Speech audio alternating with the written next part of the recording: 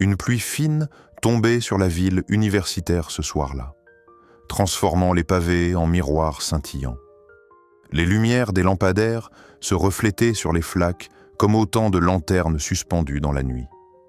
Dans l'auditorium d'une faculté de philosophie, une foule attentive était venue écouter Dr Zakirnik. Le silence était presque palpable, interrompu seulement par le froissement des feuilles et le murmure des discussions en arrière-plan. Au premier rang, un jeune homme, Marc, s'assit avec un mélange de curiosité et de scepticisme. Athée, convaincu depuis l'adolescence, élevé dans un foyer où la foi n'était qu'une formalité culturelle, il n'avait jamais cru à l'existence d'un Dieu, et encore moins à l'idée qu'il puisse être à l'origine de toute chose. Pourtant, ce soir, un titre particulier du conférencier l'avait attiré. Qui a créé Dieu? Marc était un esprit critique, rationnel, toujours en quête de réponses logiques. Sa jeunesse avait été marquée par des débats enflammés avec ses amis sur la nature de l'univers, la morale et le sens de la vie. La religion lui semblait souvent pleine de contradictions, de rituels vides et d'explications insatisfaisantes. Mais derrière son ironie se cachait une question plus profonde, presque intime. Et si j'avais manqué quelque chose de fondamental? Alors qu'il s'installait dans son siège, le regard fixé sur Dr Zakirnik, il sentit un frisson inattendu parcourir son échine, comme si un rendez-vous silencieux avec la vérité allait commencer. Si vous regardez cette vidéo, installez-vous confortablement et laissez votre cœur s'ouvrir à ce voyage. N'oubliez pas de vous abonner à la chaîne, de partager une phrase de foi en commentaire et de nous dire d'où vous nous regardez. Le cheminement intérieur de Marc était tumultueux. Il se souvenait de ses nuits passées à chercher des réponses dans les livres de science et de philosophie, des conversations avec ses amis sceptiques et des contradictions qu'il percevait dans sa vie. Il avait parfois expérimenté des moments d'émerveillement face à la beauté du cosmos ou à la complexité de la vie, mais jamais il n'avait pensé à y voir la trace d'un créateur. Dans le silence de l'auditorium, alors que Dr Zakirnik posait sa question clé, « Qui a créé Dieu ?» Marc sentit son esprit vaciller. Il s'assit plus droit, son cœur battant, prêt à accueillir ce qui allait suivre. Installez-vous, car cette vidéo pourrait bien être votre propre rendez-vous divin. Et c'est ainsi que son voyage intérieur commença, ponctué de rencontres, de signes et de révélations qui allaient le rapprocher inexorablement de la vérité de l'islam. Voici les 5 signes qui ont transformé sa vie. Premier signe, une rencontre humaine marquante. La lumière douce de l'après-midi traversait les grandes fenêtres du hall de l'université, projetant des reflets d'or sur le parquet ancien. Marc avançait parmi les groupes d'étudiants, plongés dans ses pensées, sceptiques et distants. Les discussions sur l'existence de Dieu, les débats sur le sens de la vie et les théories scientifiques sur l'origine de l'univers étaient pour lui un fond sonore habituel, un écho de curiosité intellectuelle qui ne l'avait jamais touché vraiment. Pourtant, ce jour-là, un séminaire parallèle attira son attention. Intrigué par le titre du débat où l'on parlait de preuves de l'existence de Dieu et où Dr Zakirnik devait intervenir par vidéoconférence, Marc s'approcha, presque par instinct, sans savoir que sa vie était sur le point de basculer. C'est là qu'il rencontra Karim. Un jeune homme à l'allure calme, aux yeux clairs et au sourire tranquille, qui semblait irradier une sérénité rare. Alors que Marc observait la salle et son ambiance studieuse, Karim engagea la conversation avec une simplicité désarmante. Pourquoi tant de gens doutent-ils de Dieu alors que sa création est non manifeste? Ces mots, posés comme une invitation à réfléchir, firent naître une étincelle d'interrogation dans l'esprit de Marc. Il était habitué aux débats scientifiques vides de sens, aux arguments purement rationnels et aux provocations intellectuelles. Mais ici, tout était différent. La question de Karim n'était pas un défi, ni une attaque, mais une invitation à contempler. Marc fut surpris par la profondeur et la clarté de Karim, mais surtout par sa sincérité. La manière dont il parlait de sa foi en citant Dr Zakir Naik, sans arrogance ni condescendance, éveilla chez Marc une curiosité nouvelle. La conversation devint plus intime, presque confidentielle. Karim partagea son expérience personnelle de compréhension de l'univers et de la création divine, expliquant comment la logique et la raison se conjuguent avec la foi dans l'islam. Marc sentit alors un frisson parcourir son échine. Il se rendit compte qu'il n'avait jamais rencontré quelqu'un capable d'exprimer la croyance avec autant de clarté et d'humanité. Dans ce moment suspendu, Marc comprit que la foi n'était pas une série de dogmes imposés, mais une relation vivante avec la vérité. Une intuition profonde lui souffla « Écoute attentivement, car ce moment pourrait changer ton regard sur la vie. » Il s'assit plus droit, ses yeux fixant Karim et l'écran où Dr Zakir Naik présentait ses arguments. Il sentait une force intérieure s'éveiller, une curiosité sincère qu'il n'avait jamais ressentie auparavant. La rencontre avec Karim, cet échange humain authentique, marqua le point de départ d'un cheminement qu'il n'aurait jamais imaginé. Et tandis que la conférence de Dr Zakir Naik se poursuivait, une question silencieuse s'imposa à lui. Et si ce simple échange était le début d'une transformation profonde, invisible mais irréversible?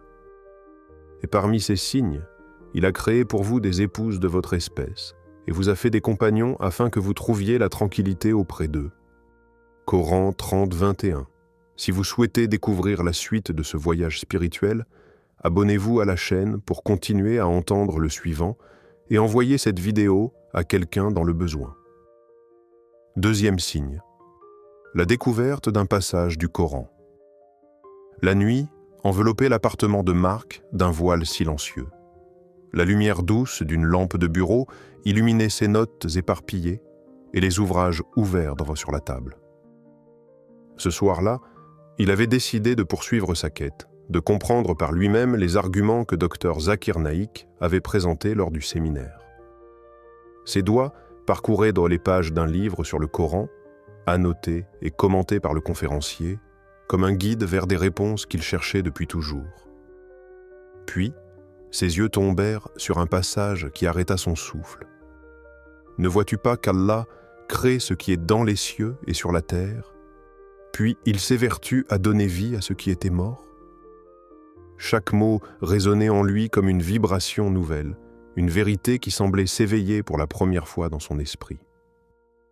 Les lettres du Coran, imprimées sur la page, semblaient vivantes, comme si elles s'adressaient directement à son âme, dissolvant peu à peu les résistances de son scepticisme. Marc sentit une émotion intense, presque vertigineuse.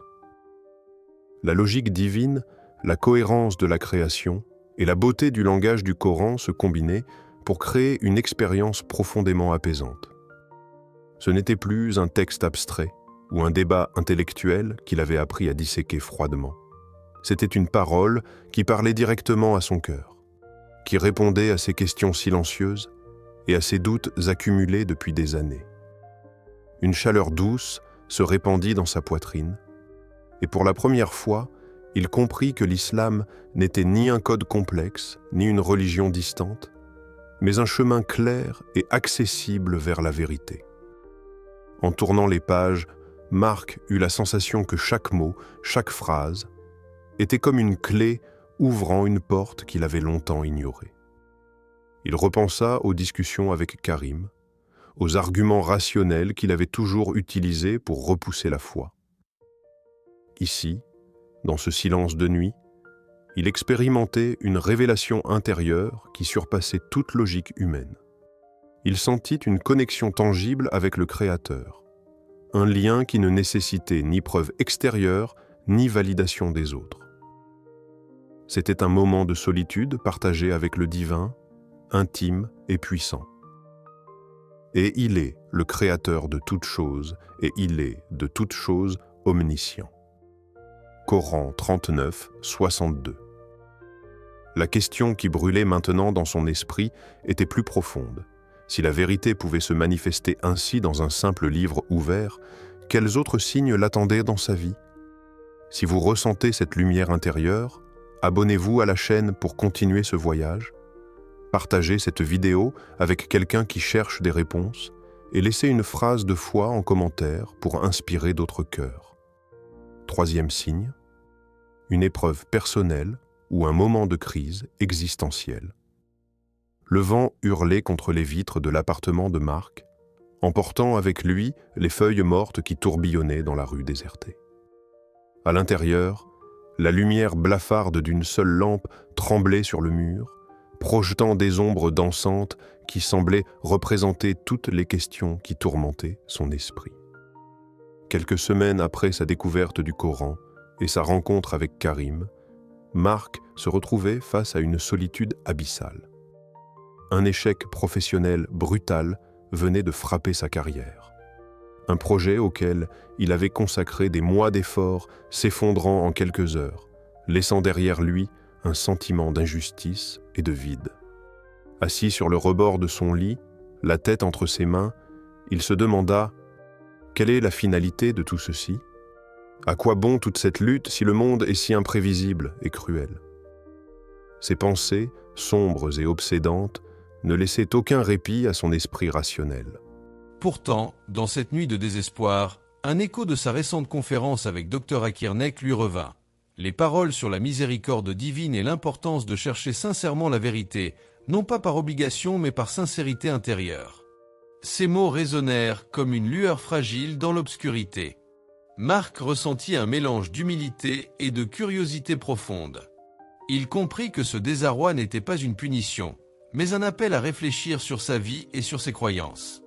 L'idée qu'il existait un Dieu juste, omnipotent et miséricordieux fit naître en lui un réconfort inattendu. Une chaleur douce envahit son cœur, dissipant peu à peu le poids du doute et de l'amertume. La logique qui l'avait toujours guidé semblait ici se combiner avec une dimension spirituelle, révélant que la foi et la raison pouvaient coexister et même s'éclairer mutuellement. Allant chercher son livre, Marc relut un passage du Coran qu'il avait survolé auparavant. Chaque mot prenait maintenant un sens nouveau, s'imbriquant avec son expérience personnelle de douleur et de questionnement. Il comprit que les épreuves, loin d'être des obstacles, pouvaient devenir des tremplins vers la compréhension de la réalité divine. Dans cette solitude et ce silence, il sentit pour la première fois la main invisible du Créateur le guider vers un chemin de lumière et d'espoir. Allah ne charge pas une âme au-delà de sa capacité. Coran 2, 286. Et alors que la nuit avançait, Marc sentit un frisson, un pressentiment que cette crise n'était que le prélude à une transformation plus profonde. Si cette lumière vous touche, abonnez-vous à la chaîne pour continuer à découvrir la suite de ce voyage et partagez cette vidéo à quelqu'un qui a besoin de réconfort et d'espoir.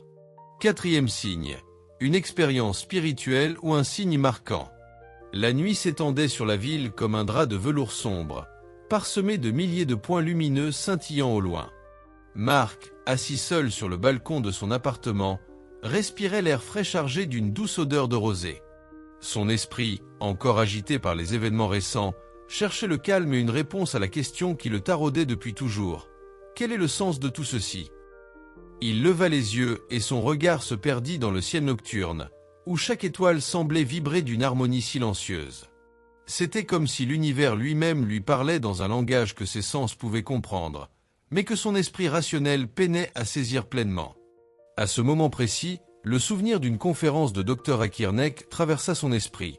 La précision mathématique des mouvements planétaires, l'ordre parfait des lois naturelles, l'équilibre subtil qui régit la vie sur Terre, tout cela ne pouvait être le fruit du hasard. Chaque constellation, chaque pulsation de lumière dans la nuit, semblait confirmer silencieusement l'existence d'un créateur. Marc ressentit un mélange de crainte et d'émerveillement, comme si l'infini de l'univers venait d'entrer en résonance avec sa propre âme. Dans ce silence absolu, il comprit que la divinité n'était pas une abstraction lointaine ou une idée théorique. Elle était tangible, perceptible à travers les signes de la création. Chaque étoile, chaque souffle de vent, chaque mouvement des arbres semblait lui murmurer l'existence d'un Dieu attentif et miséricordieux. Une chaleur douce envahit son cœur, Un mélange de paix et d'émerveillement. Et pour la première fois depuis longtemps, Mark ressentit un sentiment d'unité avec l'univers, comme si toutes les pièces du puzzle de sa vie se mettaient en place sous ses yeux.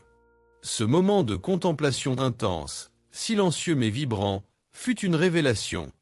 Les expériences intellectuelles et les débats avaient cédé la place à une certitude intime et profonde.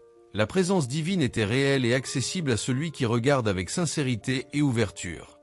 Mark resta longtemps immobile, les yeux levés vers le ciel, absorbant la beauté et la perfection de la création, sentant dans chaque étoile un message personnel, un signe invisible mais clair de la guidance divine. Et dans la terre, il y a des signes pour ceux qui croient avec certitude. Coran 51, 20. Une question silencieuse s'insinua dans son esprit. Et si ces signes n'étaient que le prélude à une vérité encore plus proche, prête à se révéler à lui dans sa vie quotidienne? Si cette expérience vous touche, abonnez-vous à la chaîne pour continuer ce voyage spirituel et partagez cette vidéo avec quelqu'un qui cherche la vérité, en laissant une phrase de foi en commentaire pour inspirer d'autres cœurs. 5e signe, la comparaison révélatrice. Assis près de la fenêtre de sa chambre, Mark laissait son regard vagabonder sur la ville endormie, tandis que ses pensées revenaient inexorablement sur le chemin parcouru jusqu'ici. Chaque moment de doute, chaque question qu'il avait posée au monde et à lui-même, chaque lecture et chaque conférence de Dr. Akirnek formaient maintenant un fil conducteur, une trame invisible reliant sa vie passée à cette révélation présente. Ses anciennes croyances, autrefois si rassurantes, apparaissaient maintenant dans leur véritable lumière, fragmentaires, confuses, souvent remplies de contradictions et d'incertitudes. Il percevait enfin pourquoi son esprit avait toujours ressenti un vide, pourquoi ses nuits étaient parfois peuplées de questions sans réponse. En contraste, l'islam se présentait à lui comme un phare clair et immuable. La cohérence des enseignements, la profondeur des réponses aux questions philosophiques, et la beauté et la simplicité du Coran étaient comme des rayons lumineux perçant une obscurité dans laquelle il avait longtemps erré. Mark sentait en lui une combinaison de crainte et d'émerveillement, une sorte de respect mêlé de gratitude pour cette lumière qu'il n'avait jamais su chercher pleinement auparavant. Il se rappelait les explications de Dr. Akirnek, la manière dont il démontrait que chaque élément de l'univers et chaque aspect de la vie humaine était cohérent avec la logique divine et la justice de Dieu. Mark se revit dans ces moments de scepticisme, confronté à ses doutes, et réalisa que tout ce chemin de remise en question avait été nécessaire pour qu'il arrive à cette certitude. La comparaison entre son passé et sa compréhension actuelle était saisissante. Ce qu'il avait cru comprendre avant lui semblait désormais incomplet, tandis que l'islam offrait une réponse claire et unifiée, une direction tangible pour son âme. Il ressentit un souffle de paix et une émotion profonde qui semblait remplir chaque cellule de son corps.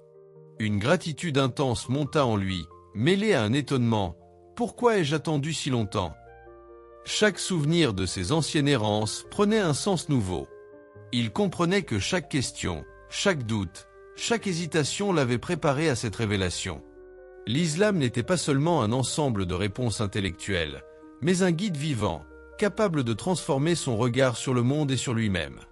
Cette comparaison révélatrice fut le signe ultime que son voyage intérieur touchait à une étape cruciale, l'invitant à franchir la dernière frontière entre le doute et la foi.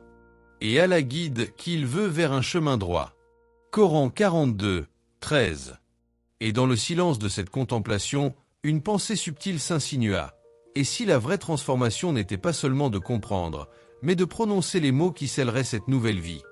Si cette réflexion vous inspire, abonnez-vous à la chaîne pour continuer à découvrir la suite de ce voyage intérieur et partagez cette vidéo avec quelqu'un qui a besoin de lumière dans son cœur, en disant d'où vous nous regardez. Le moment culminant arriva enfin. Dans le silence de sa chambre, entouré de ses livres et des enregistrements de Dr. Akirnek, Mark prononça les mots qui changeraient sa vie à jamais. Ashhadu an la ilaha illallah, wa ashhadu anna Muhammadan Rasulullah. Chaque syllabe résonna dans son cœur comme une vague de paix et de certitude, dissolvant les doutes et les questionnements de toute une vie. C'était un instant de révélation, d'émotion pure et de connexion directe avec le divin. Et même maintenant, alors que Mark vit pleinement sa foi, il sait que son voyage ne fait que commencer. Son histoire est un rappel silencieux pour chacun de nous. Parfois, la vérité se révèle à ceux qui osent poser la question, même la plus audacieuse, même celle qui ose demander « Qui a créé Dieu ?» Installez-vous confortablement, laissez cette histoire toucher votre cœur, abonnez-vous à la chaîne, partagez vos pensées et envoyez cette vidéo à quelqu'un qui a besoin de lumière dans sa vie. Dites-nous en commentaire d'où vous nous regardez.